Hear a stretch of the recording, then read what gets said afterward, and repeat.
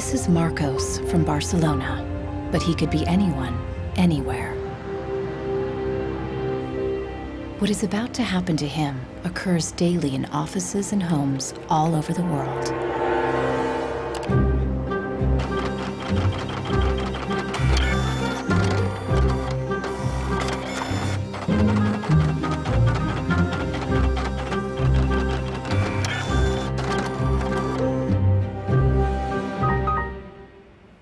A part inside the printer has failed, and the manufacturer sends Marcos to technical support. El meu tècnic fa un diagnòstic previ, però aquest diagnòstic ja són 15 euros més IVA. Seguramente será difícil encontrar las piezas para poder repararla. Realment, reparar-la no li surt molt a compte. Que reparar-la parlem d'uns 110, 120 euros. Tienes impresoras desde 39 euros. Jo t'aconsellaria que miressis impressores noves. Així que, sens dubte, jo em compraria una nova, It's no coincidence that all three shopkeepers suggest buying a new printer. If he agrees, Marcos will become yet another victim of planned obsolescence, the secret mechanism at the heart of our consumer society. Our role in life seems to be just to consume things with credit, to borrow money to buy things we don't need. Nous vivons dans une société dominée par une économie de croissance dont la logique est non pas croître pour satisfaire les besoins, mais croître pour croître. So if the consumer does not purchase, the economy is not going to grow. Planned obsolescence, the desire on the part of a consumer to own something a little newer, a little sooner than is necessary. This film will reveal how planned obsolescence has defined our lives ever since the 1920s, when manufacturers started shortening the lives of products to increase consumer demand. Also hat man sich gedacht, dann beschränken wir einfach die Lebensdauer auf 1000 Stunden. We will find out how designers and engineers were made to adopt new values and objectives. Was back to the drawing board and come out with something that was more fragile. They time those things. They time them, so when you finally paid for them, they're used up. A new generation of consumers has started challenging manufacturers. Is it possible to imagine a viable economy without planned obsolescence, without its impact on the environment? Posterity will never forgive us. Posterity will suddenly find out about the throwaway lifestyles of people in the advanced countries.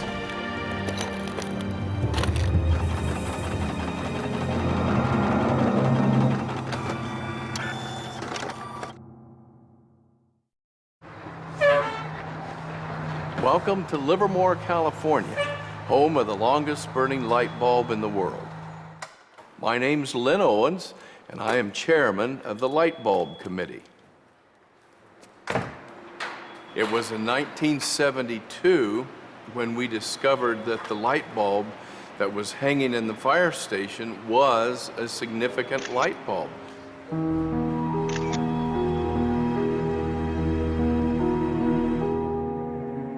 The light bulb at the Livermore fire station has been burning continuously since 1901.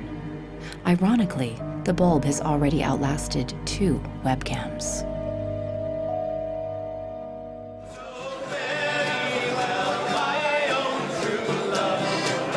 In 2001, when the bulb was 100 years old, the people of Livermore threw a big birthday party, American style. I think we were hoping if we would get 200 people, we'd be happy, and we ended up with 800 or 900 people showing up. One nation, under God, indivisible, with liberty and justice. Do you think that anybody would sing happy birthday to a light bulb? Well, we didn't think they would, but they did.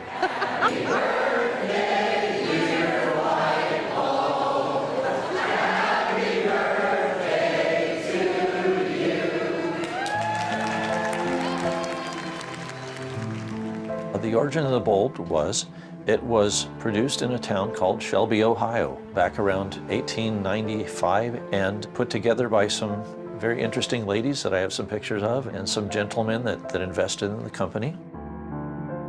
The filament was invented by Adolphe Chaillet. He invented his filament to last.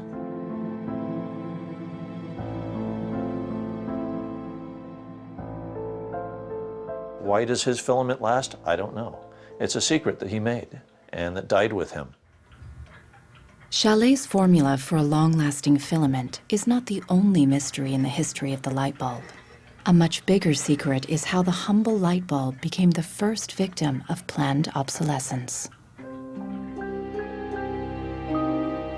Weihnachten 1924 war ein ganz besonderer Tag. In einem Hinterzimmer in Genf trafen sich einige Herren in Nadelstreifenanzügen, um einem geheimen Plan nachzugehen. Sie gründeten das erste weltweite Kartell, das sich zum Ziel setzte, die Glühbirnenproduktion der gesamten Länder zu kontrollieren und den Kuchen namens Weltmarkt unter sich aufzuteilen. Dieses Kartell hat den Namen Phoebus. Phoebus included the main light bulb manufacturers in Europe and the United States, and even faraway colonies in Asia and Africa.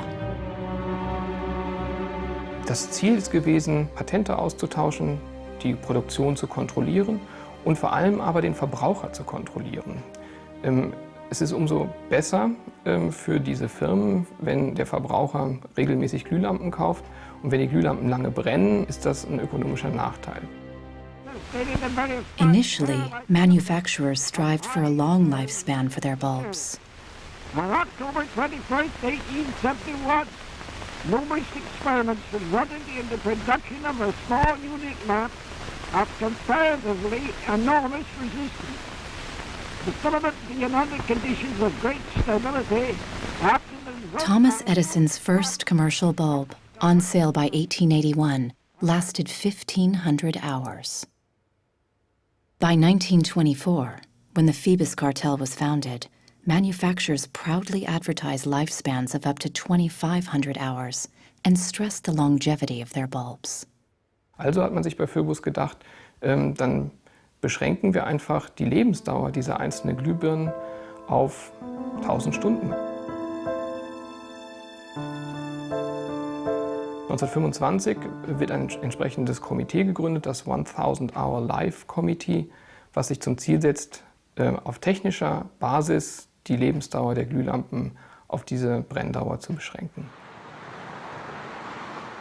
More than 80 years later, Helmut Hüge, an historian from Berlin, uncovers proof of the committee's activities hidden in the internal documents of the founding members of the cartel, such as Philips in Holland, Osram in Germany, and Compagnie des Lampes in France. Hier haben wir ein Kartelldokument, da steht: The average life of lamps for general lighting service must not be guaranteed, published or offered for another value than 1,000 hours. Under pressure from the cartel, member companies conducted experiments to create a more fragile bulb that would conform with the new 1,000-hour rule.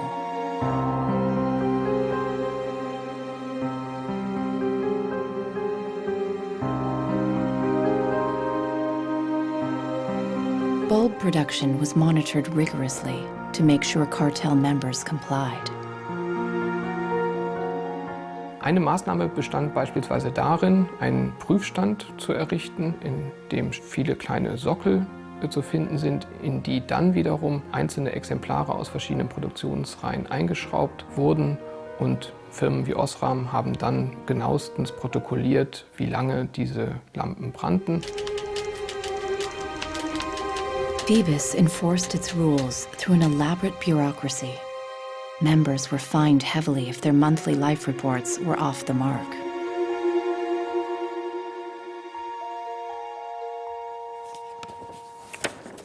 Hier haben wir eine Straftabelle aus dem Jahr 1929, die genau zeigt, wie viel Schweizer Franken Strafe für 1000 verkaufte Glühbirnen die Mitglieder des Kartells zahlen müssen, wenn die Lampen länger halten als zum Beispiel 1500 Stunden.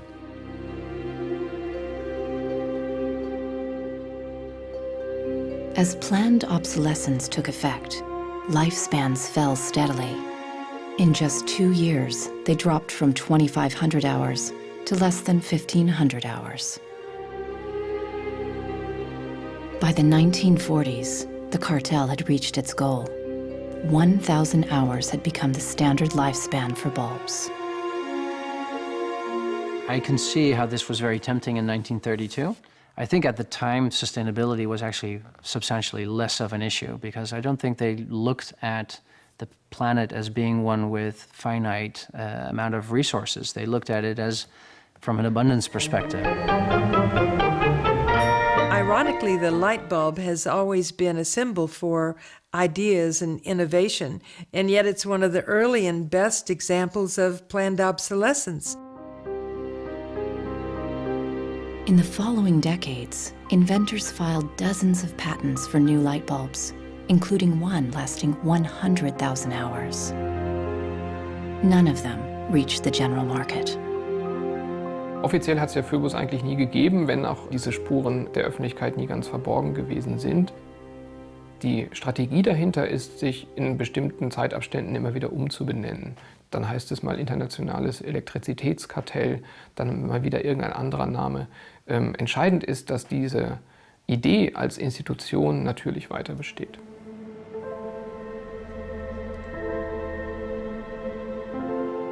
In Barcelona, Marcos hasn't followed the advice of the shopkeepers to replace his printer. He's determined to repair it and has found somebody on the internet who has discovered what has actually happened to his printer.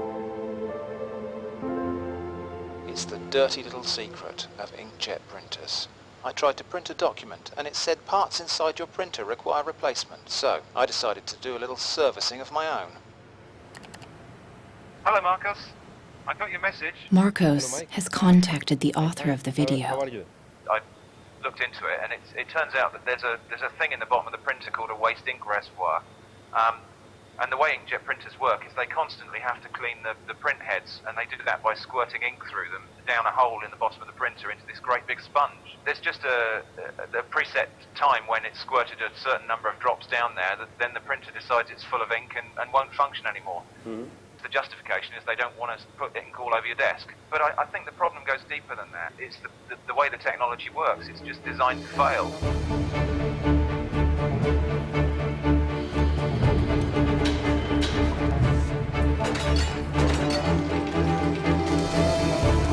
Planned obsolescence emerged at the same time as mass production and the consumer society. The whole issue with products being made to last less long is part of a whole pattern that began in the Industrial Revolution when the new machines were producing goods so much more cheaply, which was a great thing for consumers, but consumers couldn't keep up with the machines. There was so much production. As early as 1928, an influential advertising magazine warned that an article that refuses to wear out is a tragedy of business. In fact, mass production made many goods widely available. Prices fell and many people started shopping for fun rather than need. The economy was booming.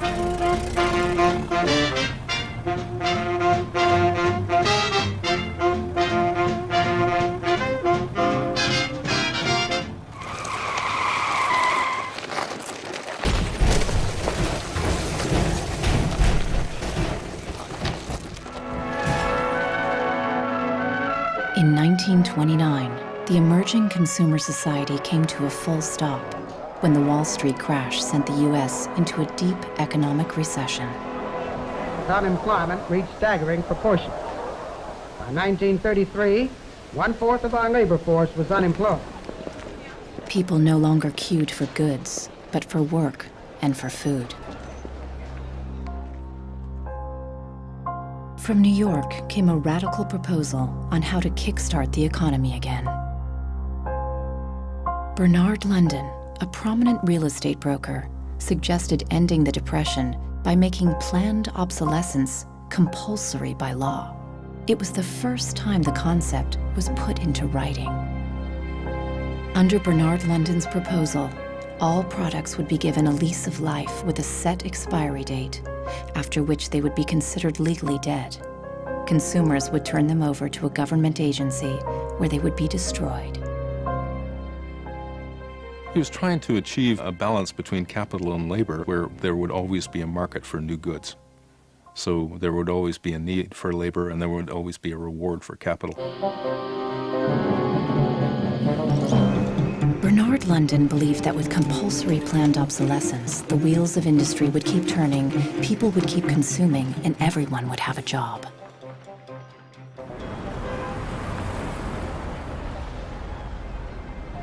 Giles Slade has come to New York to investigate the person behind the idea. He wants to find out if for Bernard London, planned obsolescence was purely about profits or about helping the unemployed.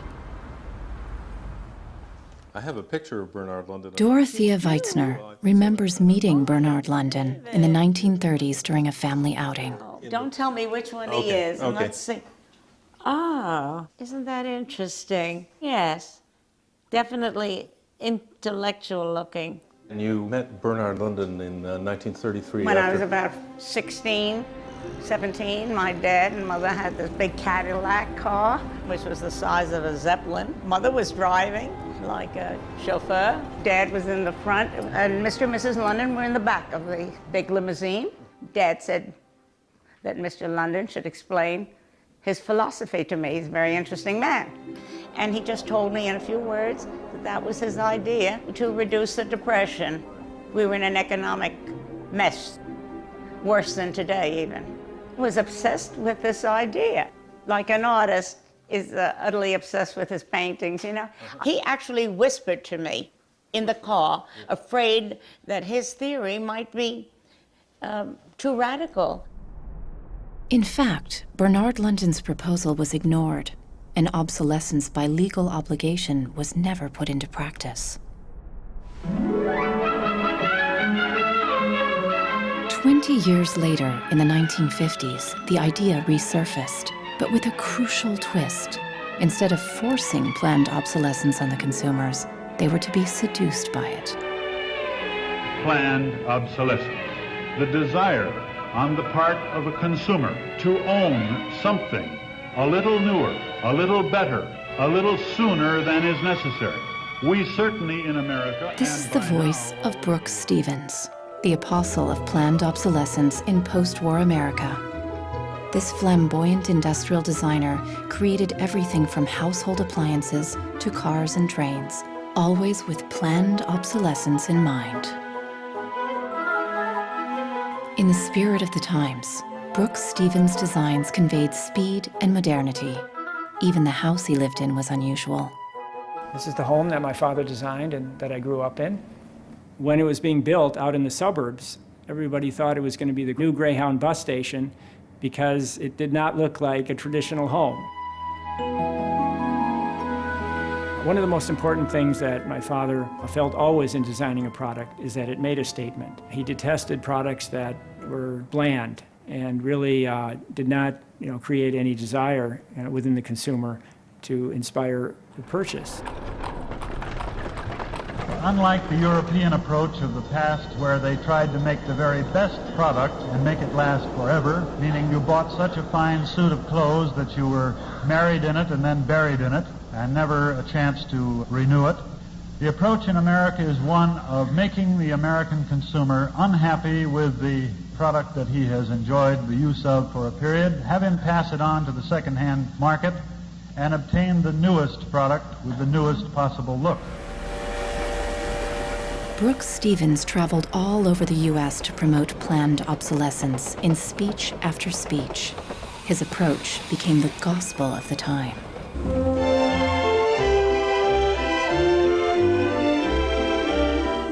Women and men alike are increasingly interested in the look of things. They eagerly give their attention to what's new and beautiful and advanced. Design and marketing seduced consumers into always craving the latest model. My father never designed a product to intentionally fail or become obsolete for some functional reason in a short period of time. Planned obsolescence is absolutely at the consumer's discretion. No one is forcing the consumer to go into the store and purchase a product. They go in under their own free will. That's their choice.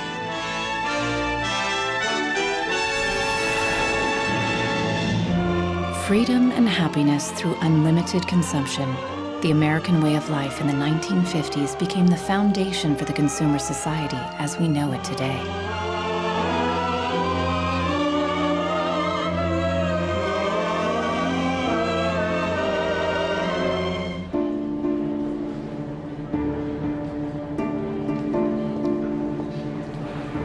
See, without planned obsolescence, these places wouldn't exist. There wouldn't be any products, there wouldn't be any industry, there wouldn't be any designers, architects, there wouldn't be any salespeople, cleaners, there wouldn't be any security guards. All the jobs would go. So how often do you change your mobiles? 18 months. Once a year. Once a year. Once a year.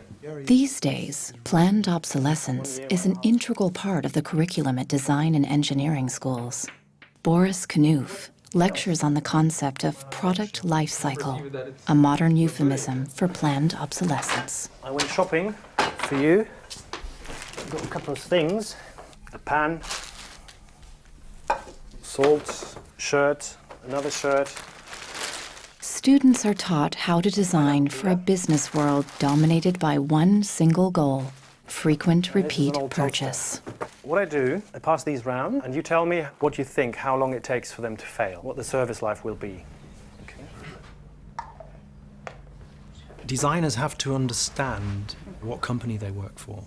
The company decides on a business model, how often do we want to renew our products, our offers. So this brief is given to designers, and designers have to understand and design the product in a certain way so it fits exactly the business strategy of the client they work for.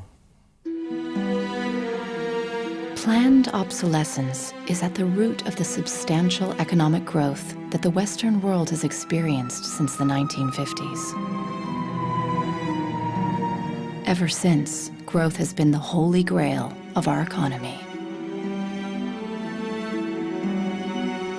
Nous vivons dans une société de croissance dont la logique est non pas croître pour satisfaire les besoins, mais croître pour croître, croître à l'infini, faire croître sans limite la production et pour justifier cette croissance de la production, faire croître sans limite la consommation.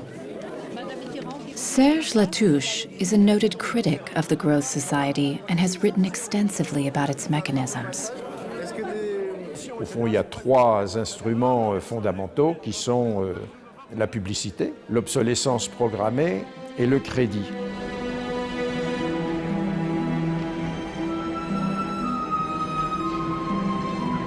In the last generation or so, our role in life seems to be just to consume things with credit, to borrow money to buy things we don't need. That makes no real sense to me at all. Critics of the growth society point out that it's unsustainable in the long run because it's based on a flagrant contradiction.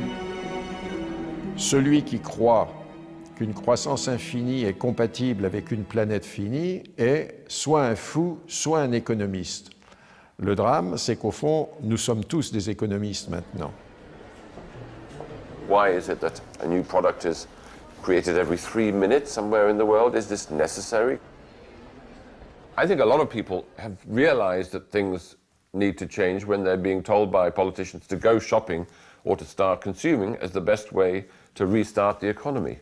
On peut dire qu'avec la société de croissance, on est embarqué dans un bolide qui désormais manifestement n'a plus de pilote, qui va à toute allure et dont on peut prévoir le destin qui est soit de se fracasser contre un mur, soit de sombrer dans un précipice.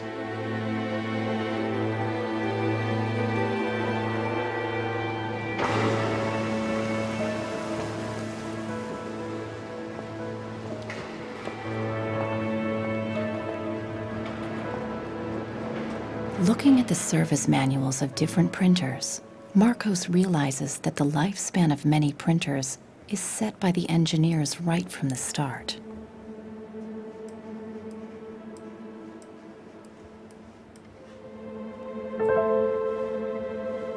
They achieve this by placing a chip deep inside the printer.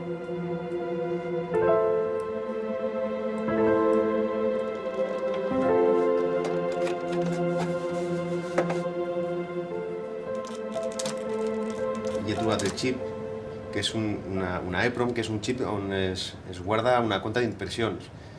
I quan s'arriba a una determinada compta és quan es bloqueja la impressora i deixa d'imprimir.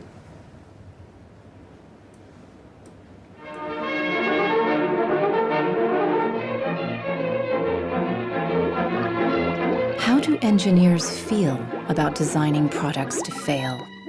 The dilemma is captured in a British film from 1951, where a young chemist invents an everlasting thread. He believes that great progress has been made.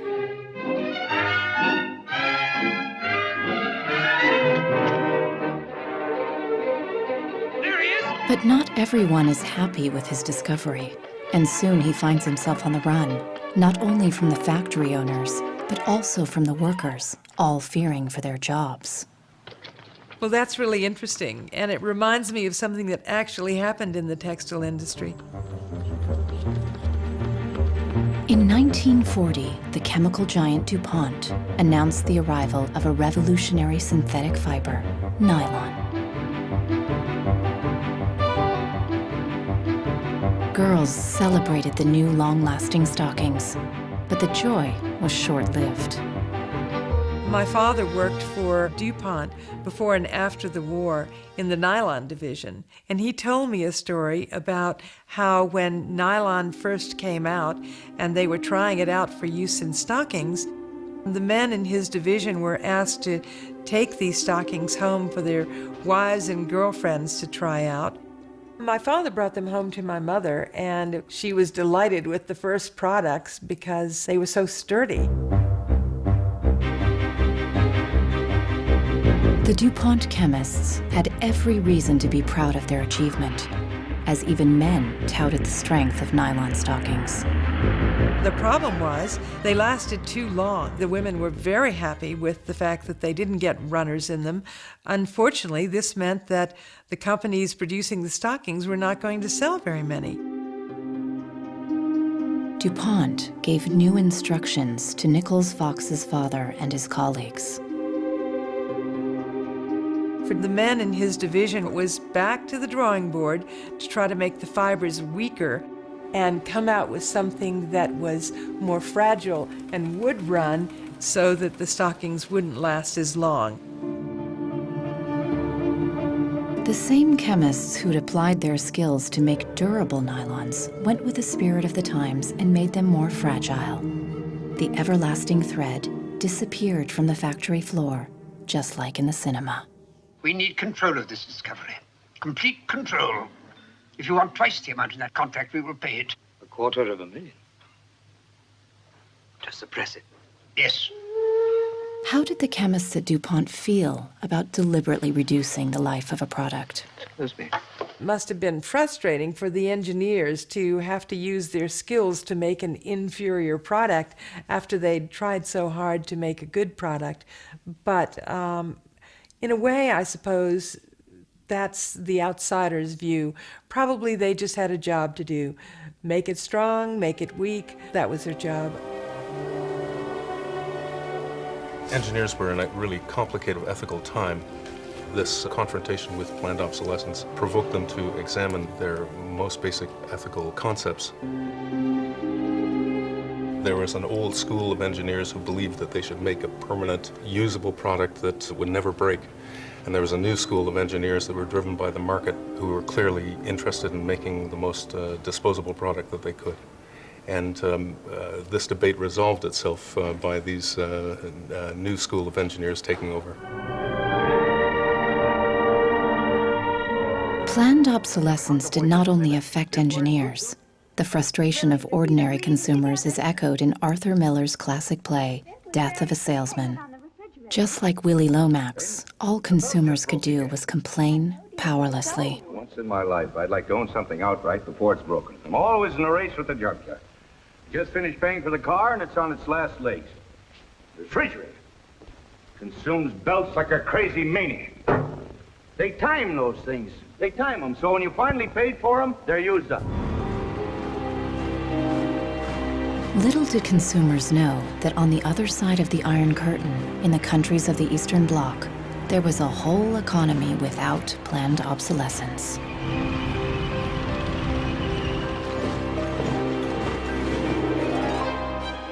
The communist economy was not ruled by the free market, but centrally planned by the state. It was inefficient and plagued by a chronic shortage of resources. In such a system, planned obsolescence did not make any sense. In former East Germany, the most efficient communist economy, official regulations stipulated that fridges and washing machines should work for 25 years. Hier, dieser DDR-Kühlschrank, den habe ich 1985 gekauft. Der ist also mindestens 24 Jahre alt. Und die Glühbirne ist ebenso alt, habe ich noch nie ausgewechselt. Die ist also auch schon fast 25 Jahre alt. In 1981, a lighting factory in East Berlin launched a long-life bulb. They took it to an international lighting fair, looking for buyers from the West. Als die ostdeutschen Glühlampenhersteller 1981 diese Langlebensdauerglühlampen auf der Hannoveraner Messe präsentierten, meinten ihre Westkollegen, ihr wollt euch wohl alle arbeitslos machen. Woraufhin die NAVA-Leute, Ingenieure, antworteten, nein, im Gegenteil, indem wir Ressourcen schonen und den Wolfram nicht verpulvern, behalten wir gerade unsere Arbeitsplätze. The Western buyers rejected the bulb. In 1989, the Berlin Wall came down. The factory was closed, and the East German long-life bulb went out of production. Now, it can only be found in exhibitions and museums.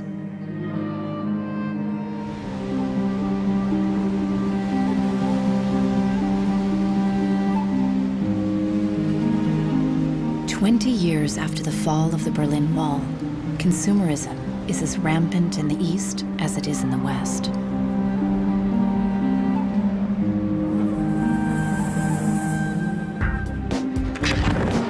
But there is one difference. In the age of the internet, consumers are ready to fight against planned obsolescence. The first movie we made that really broke through was a movie about the iPod. And I was completely broke. And I'd gotten this iPod, it was like $500, $400. And about 8 months later, 12 months later maybe, the battery died in it. And I called Apple to ask them to replace the battery. And their policy at the time was to tell their customers to buy a new iPod. You might as well go get a new one. Apple doesn't offer? No. Apple doesn't offer a new battery for the iPod? No. It wasn't that the battery died that was annoying, because in my Nokia cell phone, the battery dies, you buy a new battery. Even in my Apple laptop, when the battery would die, you replace the battery. But in the iPod, this expensive piece of hardware, when the battery died, you had to replace the entire unit. So it was my brother's idea to make a movie about just that. We went around with a stencil, spray painting on every iPod advertisement we saw in town. iPod's unreplaceable battery lasts only 18 months. We put the video on our own little site, iPodsDirtySecret.com. In the first month, 6 weeks, it was at 5-6 million views.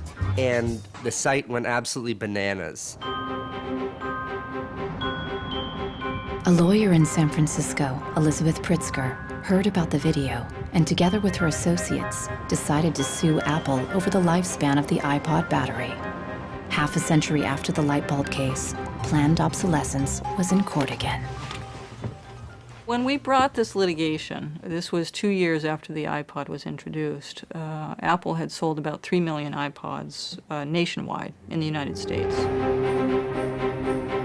Many of the 3 million iPod owners were having battery problems and were willing to sue. One of them was Andrew Wesley. We selected from amongst the consumers who had called us individuals who would serve as representatives in a class action.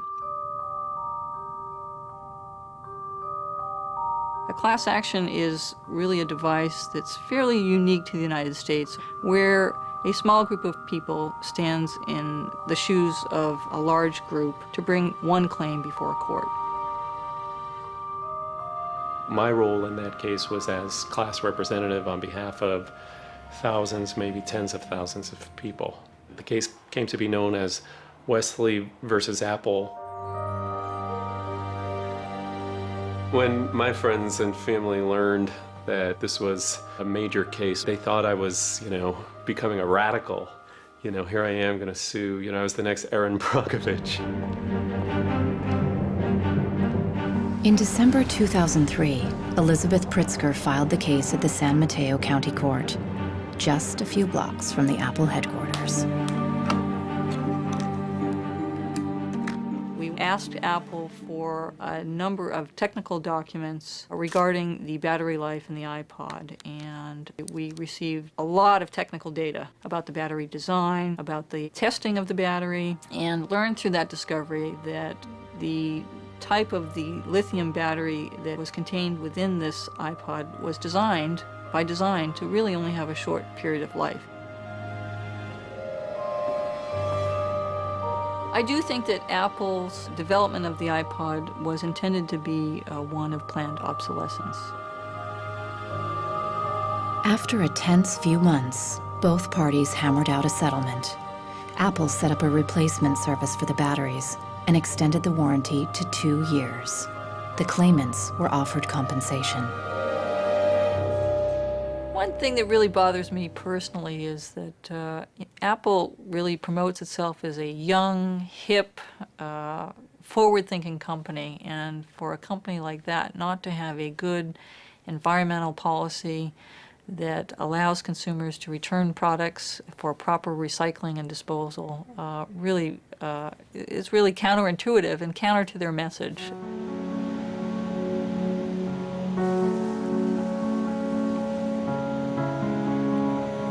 Planned obsolescence produces a constant stream of waste, which is shipped to third world countries, such as Ghana in Africa. It's been between 8 and 9 years now when I noticed that loads and loads of containers were coming to this country with electronic waste. We're talking about end-of-life computers, end-of-life television sets, which nobody wants in the developed countries. Shipping electronic waste to third world countries is forbidden by international law, but the merchants use a simple trick. They declare the waste as second-hand goods.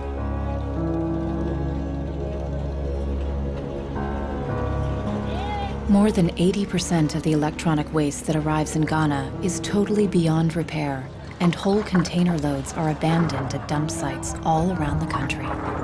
We are at the dump site here in Agbogloshi. In the past, we had this beautiful river called the Odor River, that meandered its way through this area. It was teeming. In the past, it had so much fish. So we actually attended a school not very far away from here. So we would come play football and hang around the river.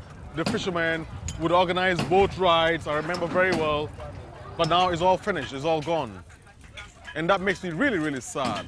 And it makes me angry.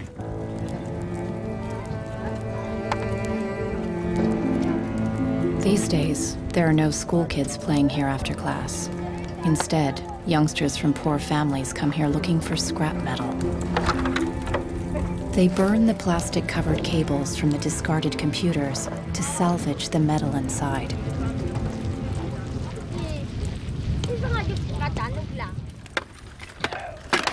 What is left is picked through by the younger children who are looking for any tiny pieces of metal which the older boys may have missed.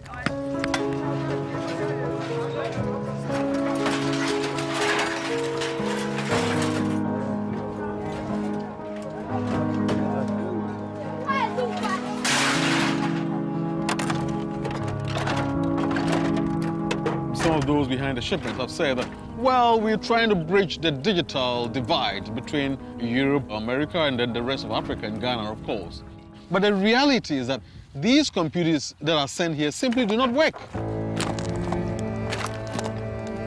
There's no point in receiving electronic waste when you cannot deal with it, more so when you did not produce it and your country is being used as the world's trash bin.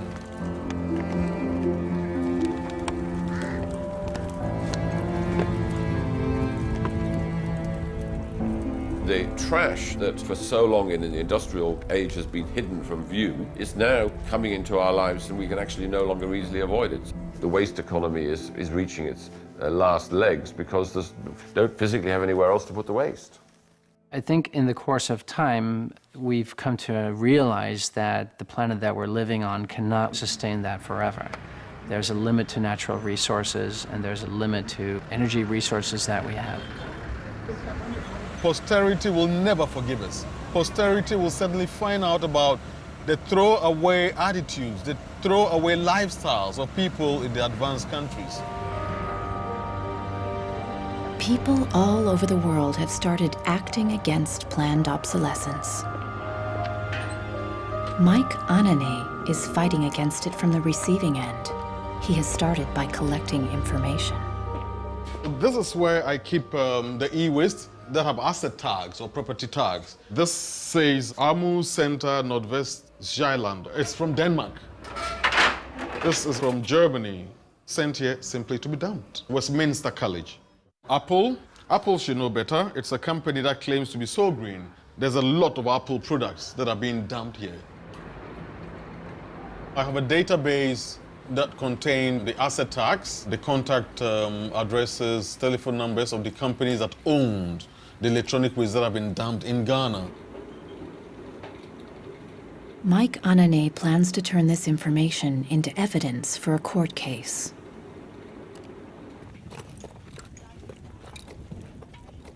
We need to take some action, some punitive measure. We need to sue people so they stop dumping e-waste in Ghana.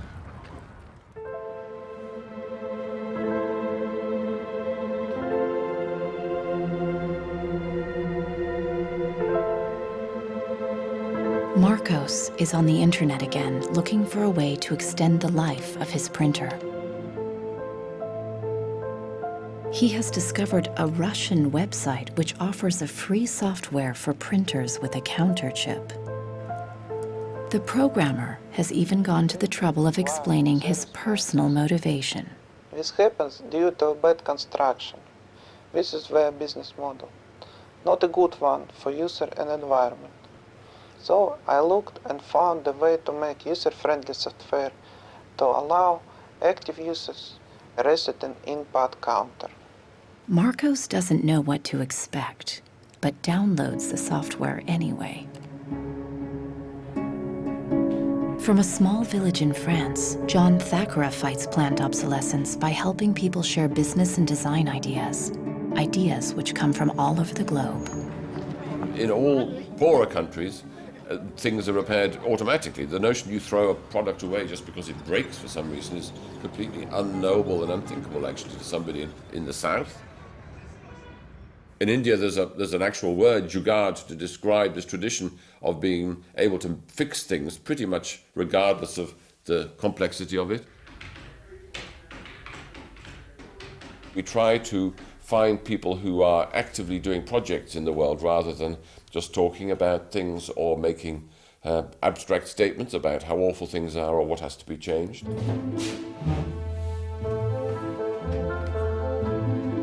One of these people is Warner Phillips, descendant of the dynasty of light bulb manufacturers.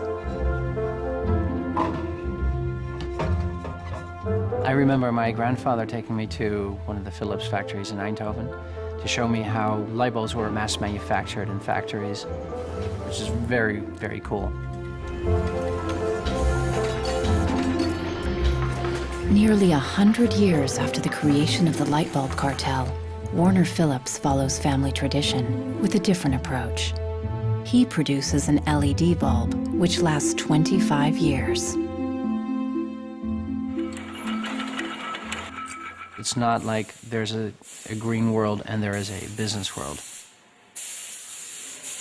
I think business and sustainability go hand in hand. It's actually the best basis to build a business on.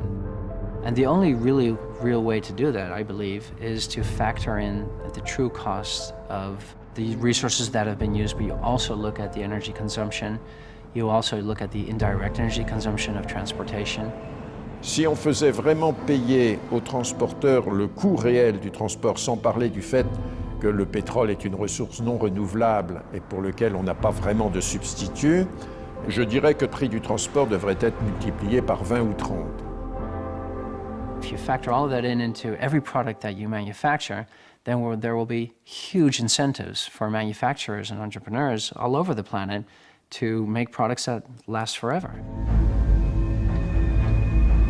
Fighting against planned obsolescence can also be achieved by rethinking the engineering and production of consumer goods.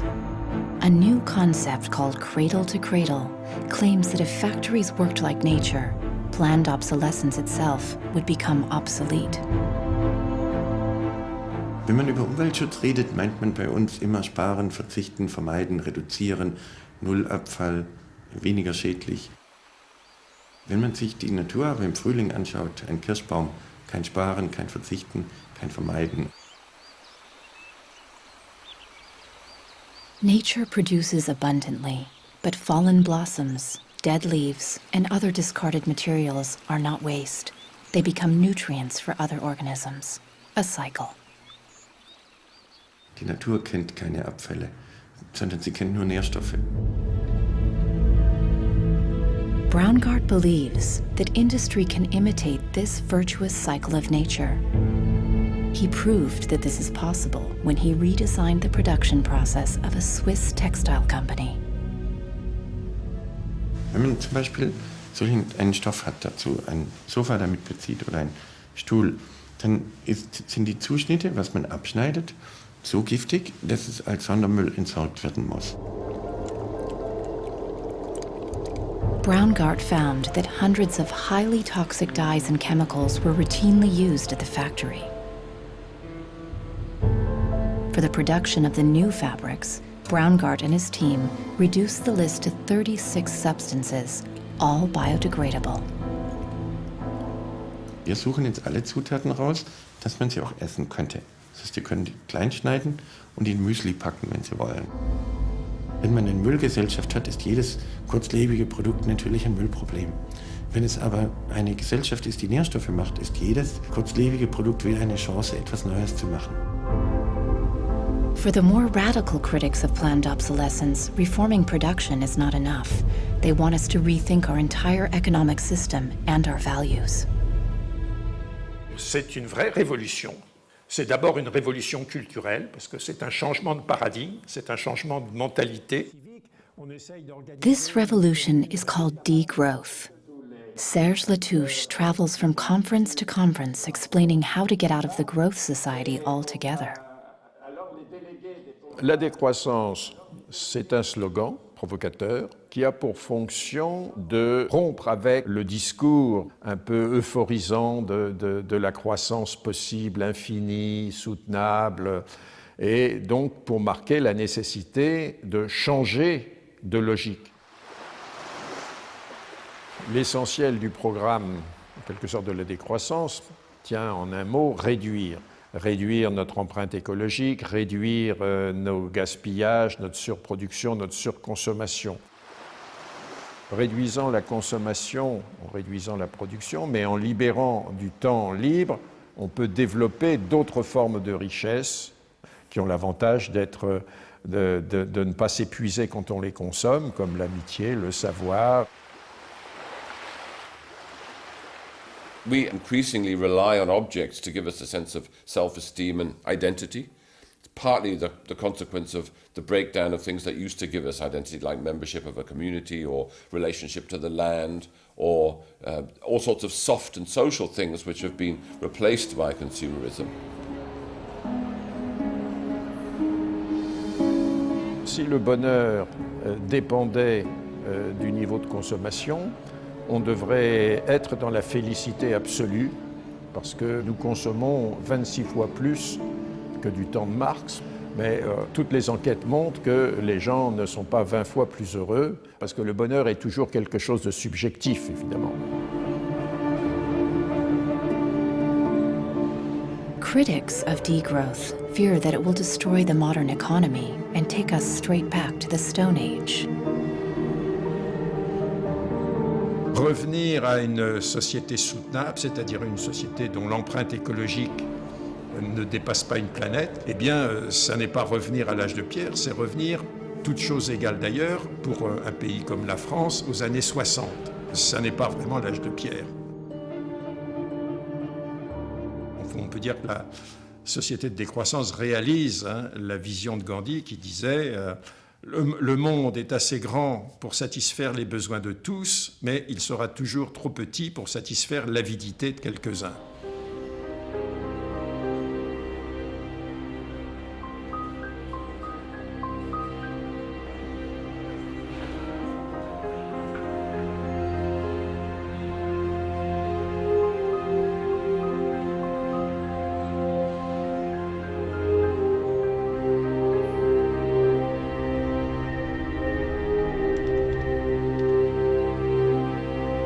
Marcos is installing the Russian freeware on his computer. The new software allows him to reset the counter chip inside his printer back to 0. The printer immediately unblocks.